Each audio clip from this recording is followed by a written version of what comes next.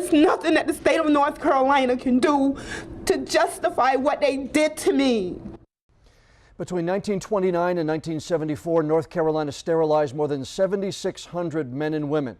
A 5-person board in Raleigh gave the orders, and doctors did the surgeries to keep these people from having children that would likely need social services. Later this year, lawmakers in North Carolina will decide whether to right that wrong, to pay those victims.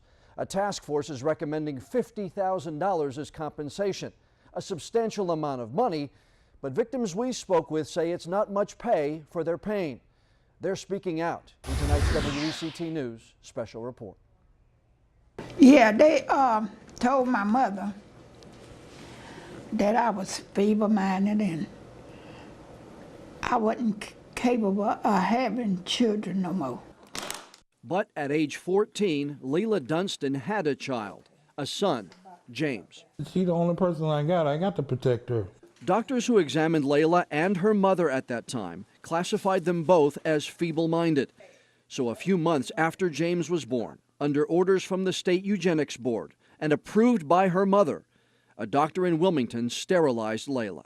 Because God put us in this world to produce children, not to get rid of them, not to kill them, not to get somebody to take your organs where you can't have no more children. It's a hurting feeling, John. And I love children. Elnora Mills went into a Wilmington hospital for a ruptured appendix in 1967 when she was just 16 years old.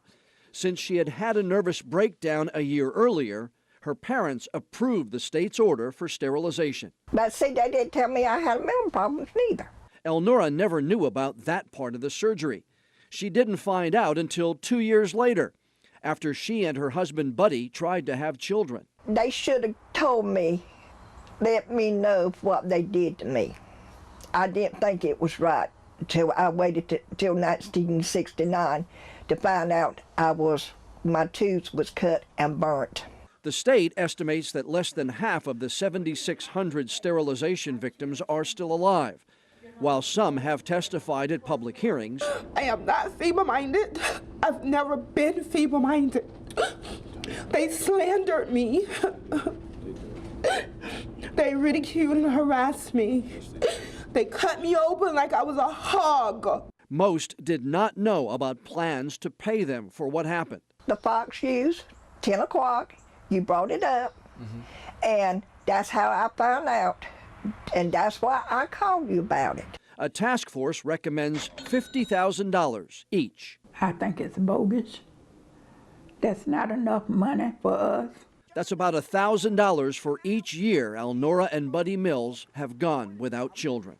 When I read that to him, what they did to me, he cried. See, my husband is missed out not having children. Yeah. Well, so have you. Yeah. Yeah. Now, both Elnora and Leila are on the list of victims to be compensated by the state. How much they'll get and when they'll get it, that's up to state lawmakers to decide. Now, if you know of someone who could be a eugenics victim, here's what you can do. We have a link to the Sterilization Victims Foundation inside this story on the homepage of WECT.com, or they can get in touch with me here at the station by phone or by email. We'll try to do for them what we did for Elnora, put her in touch with the right people in Raleigh and get them on the list like we helped her. Such a good report. I mean, a horrifying story, but a good report. Yeah, and these people, again, in Elnora's case, she had no idea. She had no idea and didn't even know she'd been sterilized until she and Buddy tried to have children. Went to the doctor 2 years later, and the doctor is the one who told her someone had sterilized her before. And again, most of them were teenagers at the time? Most were teenagers, men and women. Yeah, it's a part of North Carolina's history not a lot of people want to visit. No. Good evening, everyone, and thanks for joining us tonight. I'm John Evans. And I'm Frances Weller. New at 11, victims of forced sterilization are angry tonight. More than 7,000 people were victims of state-ordered sterilization from the 1920s through the 1970s. State lawmakers are considering compensating surviving victims for what happened by giving them 50 grand apiece. But there's a battle brewing in the General Assembly over the money. WECT's Ashley Kazakowski talked to a local victim tonight to give her thoughts on the debate. Ashley? Well, Fran, lawmakers in the House approved money for the victims in its version of the budget. But the budget plan that just passed through a Senate committee doesn't include money for compensation. And that has some victims of the state's eugenics program very upset tonight. A lot of people have children. I look at them and I wish I could have one. Yeah.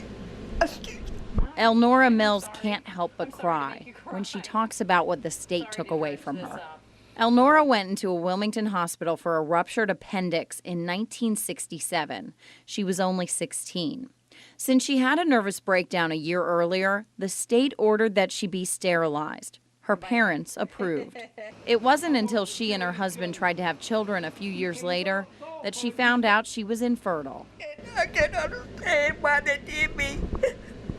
Elnora is upset that the Senate did not include compensation for victims in its version of the budget. I don't understand why the Senate don't want to go ahead past this bill, but the money don't mean nothing to me. She says it's more about the principle for her, but she thinks victims deserve compensation. She's hoping lawmakers have a change of heart, and she's asking that they put themselves in her shoes. How will you feel not having children?